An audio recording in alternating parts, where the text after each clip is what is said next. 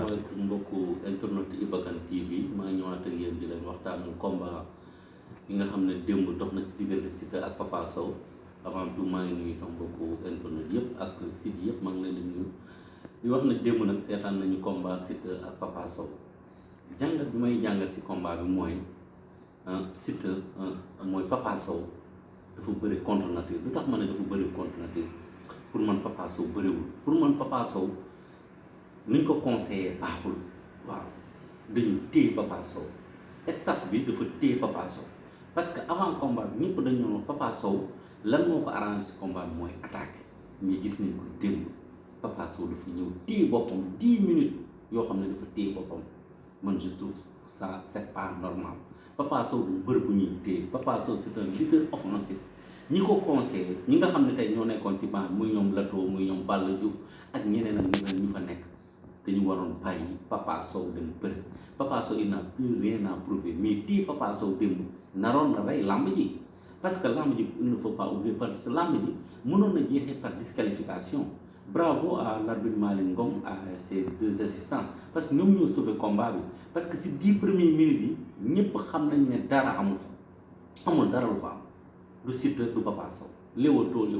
Malick Ngom ñëw na ba avertir leen 3 fois Malick Ngom si 10 premières minutes yi mënoon na leen jox 5 avertissements mais psychologiquement la leen bàyyi ñu déroulé combat bi 10 premières minutes ku nekk am 3 avertissements Siteu lu mu bëree baaxul Papa Sow lu mu bëree si 10 premières minutes yi baaxul làmb xaar andi wuñu foofu ñaari mbër yi dañ leen fay ay millions lañ leen fay Papa Siteu il a reçu plus de 60 millions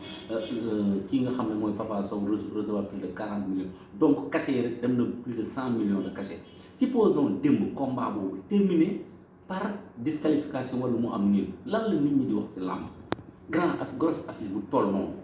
mu mujjee nii si diggante Siteu ak Papa Sow ndax lan dañu téye ñaari mbër yi man xam naa si Siteu dañ ko téye Papa Sow dañ ko téye gérer sa combat du bés booy daanu xoolal say supporters ainsi de suite d'accord làmb waroo daanu mais sport boo si dem da nga war a xam ne victoire la défaite ak nul mais lii Papa Sow ak Siteu démb wane si 10 premières minutes yi yaakaar naa loolu honoré wul làmb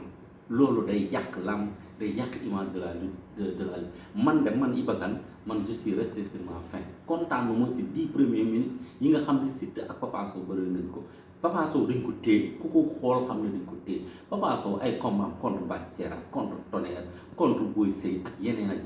ku xam Papa Sow même contre Ama Baldé il a été offensif même ku xam Papa Sow xam ne du mbër bu ñuy téye défensif amul contre Lac de Guiers 2 moo gën a naqaree bëri Papa Sow da ko jëli donc man loolu moo tax ma ne Papa Sow encadrement staffam ñoo ko téye ñoo yàq combat staff bi mooy yàq combat ki nga xam ne moom mooy Papa Sow du mbër bu ñuy téye la preuve deuxième round bi si 2 minutes la combat bi jeex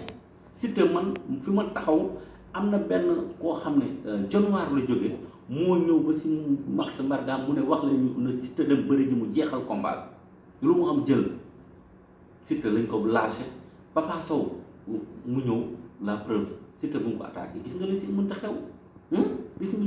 chippé na tànk droite bi nga xam ne moom mooy bu Siteu mais njool boo koy jàpp da ngay fax ñaari tànk mais dafa jàpp benn tànk Siteu andi fa tamit ne mbëru tànk la tànkam kenn du ko laal tànk Siteu moom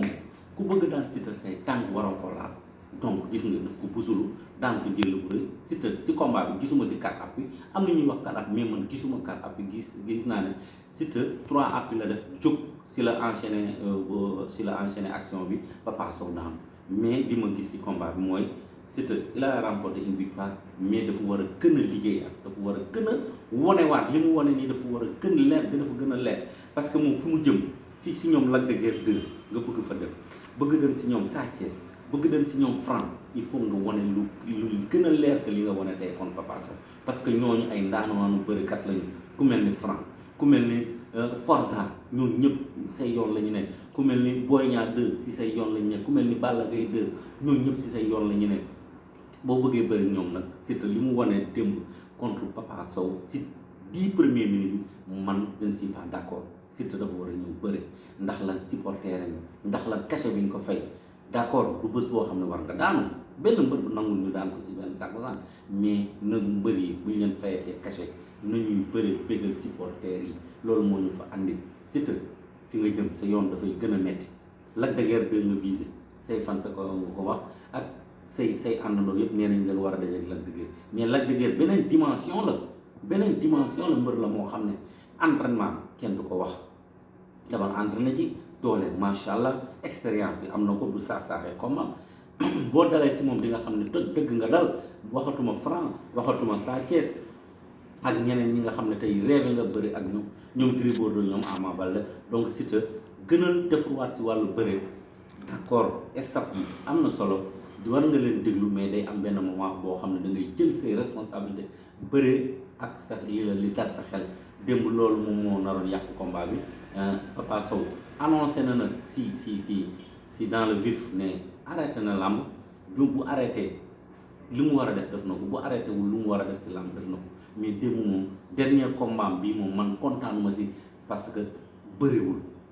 tey ay regret rek la nekk wóor na ma tey bu toogee salon xool 10 premières minutes yu mu bëri de ay regret lay am ay rëccu day rëccu lu bari lu tax bëriwuma lu tax demuma mais te nga amoon occasion boobu wane woon nga ne yow boo demoon da ngay am dara Siteu wane na ne bu demoon day am dara donc dañu waroon frontal boobu dafa waroon am donc loolu laa amoon lu may jàngat si combat bi di wax nag félicitations à Siteu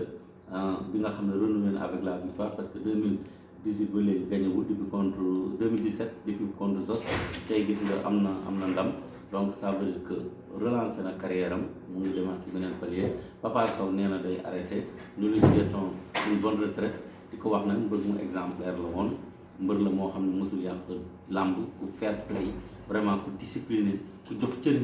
ñëpp vraiment Papa Sow ñëpp a ko naw tey 200% parcelle wala 100% parcelle bu amee wala jàmbaar am yàlla ak Papa Sow maa ngi leen di jox rendez-vous prochainement si beneen numéro si Iba Kane TV